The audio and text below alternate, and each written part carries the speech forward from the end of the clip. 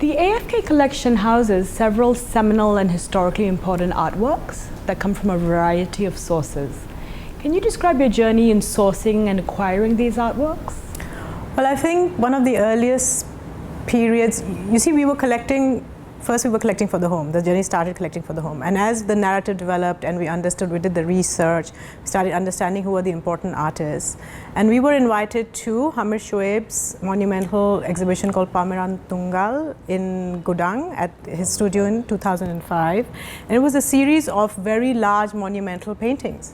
And when we went there, we were blown away by the subject matter, the quality of the works, the size, everything was fantastic. And they were more like institutional works. But we found that the works were not being collected by the institutions. So although we could not house that work in our home at that moment, we felt it was really important to collect works from that series because it was such an important body of work. It was a groundbreaking body of work, and Hamid Shoaib is such an important artist in the narrative of the Malaysian contemporary art movement. So once we collected first work we collected from that series was called Pilehan. It's a 24 by 10 feet painting, and after that there was no going back. Then as we started looking at installations are something that you can't house in your home, but installations are very important, and there are very, very important Malaysian installation artists like Zulkifli Yusuf, Shushi Suleiman, who are creating large monumental installations that need to be collected. And again, the institutions were not collecting them. So we felt it was important and we collected them.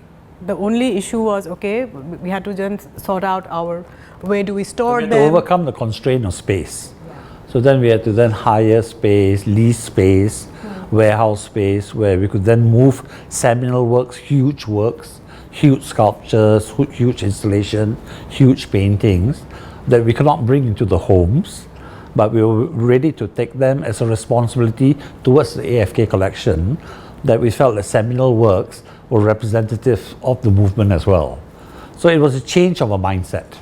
And when you're determined to make that mindset change, you make the provision for it. And then the collecting then went to a different level altogether. So that was a major stepping stone. For the collection. And how the collection then grew from there. And we related very much to Pameran Tunggal.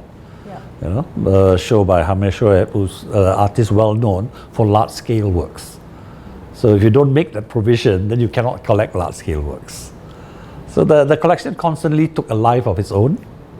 It was always one step followed by another step, followed by another step. Our collecting style was always informed by where the movement was going. If it was large-scale paintings, it was large-scale installations, it were big sculptures, whatever it was. We never let, or even the number of artworks we collected, we never let the space that we lived in direct us into that. The collection was a collection which we felt was very important to keep on developing. So what was also interesting at that phase was revisiting the artists and realizing that they had the seminal works with them in their studios. Because people were averse to taking in larger works, seminal works. So that was an opportunity for the collection. And we visited artists like Fauzin Mustafa, artists like Fauzan Omar, and they had a lot of very major works with them, but due to the size constraint, they had difficulties in moving those works. Whereas because we had made the provision for space, we then were able to backtrack.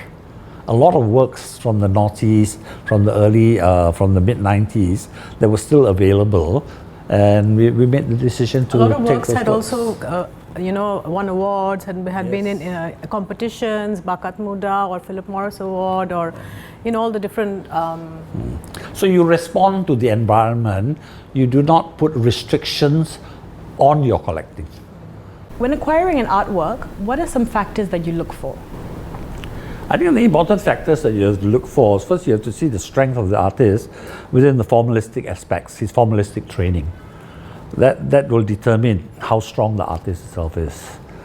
The other thing, in the overall context, you have to have an understanding of the history of the movement, the history of the contemporary period, history of the modernist period. You then also will need to have a good understanding of the history of the artist itself. Once you understand these things, then you understand the relevance of the artist and the importance of the artist for a particular period. And when you understand that, you then understand the importance of certain works that the artist has done that you feel is critical towards his development, whether he's going from one phase to another phase. So having a good historical knowledge, having a good understanding of the formalistic skills, these are things that I think are going to be very helpful towards the development of acquisition of arts. A lot of people like to say they like to buy what they like. I think that's important, but to have this understanding helps you to then understand why you like what you like as well. So I think a lot of people lack the ability to understand that, you know. So the constant knowledge that comes as you are collecting, understanding the various periods of the movement, understanding the various periods of the artist, understanding the artist's formalistic skills, I think makes towards the development of a good collection.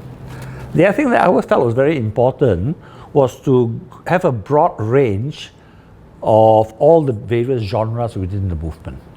If there's the expressionist movement, there's the figurative movement, the mixed media genre, sculpture, installation.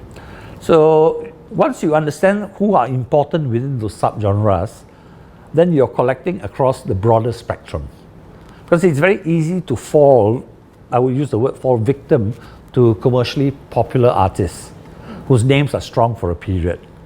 But then your collection will be centered more on commercially successful art. But by focusing and understanding the different genres within the art and the need to develop and collect the different genres, then through time you'll realize that your collection represents the broader spectrum of the particular movement of that period and time as well.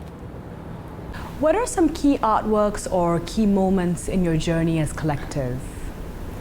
Well, I mean, going to Pameran Tunggal and seeing the big works and then acquiring Pilehan. That was the first big major large scale painting that we collected, and then from there our collecting style kind of changed and became, we weren't restricted by size or lack of space or whatever. So then we started to, we were introduced to Fauzan Omar, and we were invited to his show in USM in Penang. And when we entered the gallery, I was amazed by the works. They were early works that he had done, and they had it was almost like a mini retrospective. And from there the works were available. That was quite amazing as well. So important works like Luminicity 1, 2, 3. So we managed to acquire 2 of this, you know, for the collection. So these are important seminal works for the collection. Then meeting up with people like Shukri, one of his most important work, Bersatu Teguh Bercerai Robo. So that again was from a visit to his studio.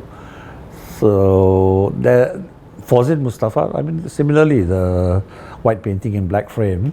So it was through the meeting up with the artists, having the studio visits, and in the studio visits finding that they had major works from their past available with them. So it lent an opportunity to the collection. So it was a matter of committing the financial resources and ensuring that these works were then properly maintained, properly conserved. We visited artists like Tan Ching Kwan in his studio. We visited Zulkifli Yusuf, and finding that his installations were in need of care. So we ventured into taking these works like Pandita, works like Pilaran Abdullah Munshi. These are all seminal works in the contemporary movement. Today, that same opportunity doesn't lend itself. But we were there present in the early periods. We were brave, we made the commitments, you know, and we still look for these opportunities. I have to mention the first time when we first got to know Shushi Suleiman, and when we got to know her, we knew her as a gallerist. She had a little gallery in City Square, and we went to see. She was the dealer for Ahmad Fuad Usman, and she had put up a little exhibition of all his works from the time that he, from his early years to that year. And we were able to collect Ahmad Fuad Usman's early works, installation, and one of the Mr. D's last meal we collected through her. And as our relationship with Shushi developed, we realized that she was actually a contemporary artist and a curator, and everything. Her being a curator and being a gallerist was part of her practice as an contemporary artist. And I feel so blessed that we then got the opportunity to go to her studio and have access to all her early paintings.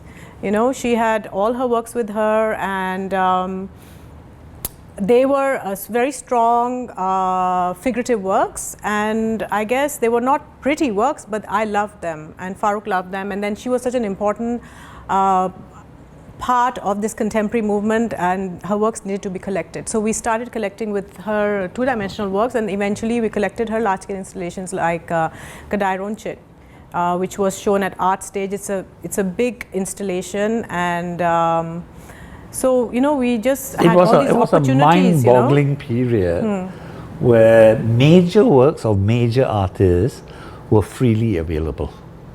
For some reason, there was a lack of response at that period of time.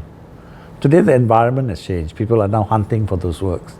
But we were there at the beginning, you know, and we made the decisions at that point in time to take in those things. You know, and it's something that has led to the credibility of the AFK collection, and something that, as Aliya said, we feel very blessed and fortunate that we engage ourselves the way we did when we did.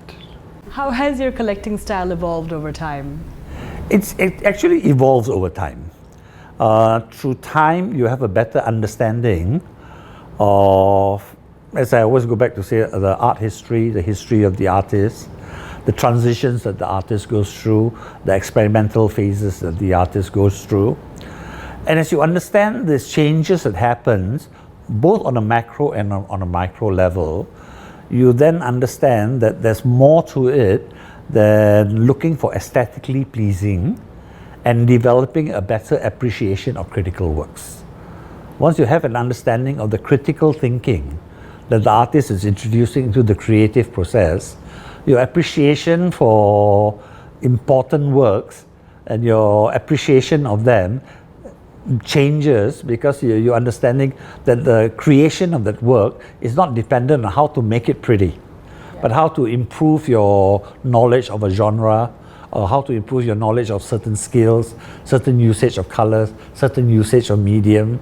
So through a process of time, as you develop this understanding of the formalistic aspect, and then your understanding and appreciation for the arts just grows. And your collecting pattern then evolves and changes with time as well. Who are important influences within the Malaysian contemporary art movement? I think in context of who is important, who is influential, we can break it up to the players within the industry itself. On the first hand, you have the artists. Then you have the curators. Then you have the gallerists. I think the important artists of that period, Aliya?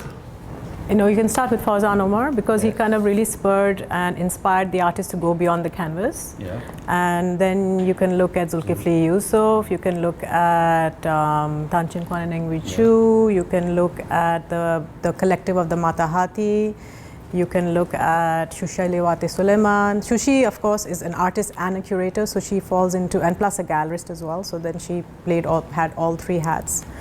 So within the mixed media movement, you will look at people like Fauzin, people like Matno Mahmud.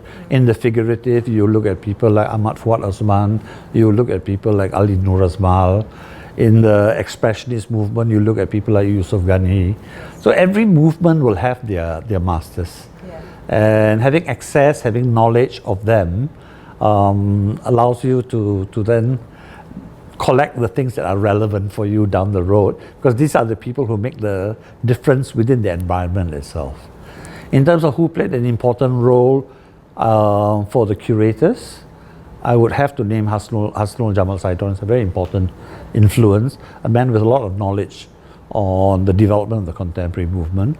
Shushilawati Suleiman, very strongly engaged with the movement, thorough understanding. Yeah, did a lot of early documentation, archiving, that was quite important for her. And then you had Shafrizal from USM.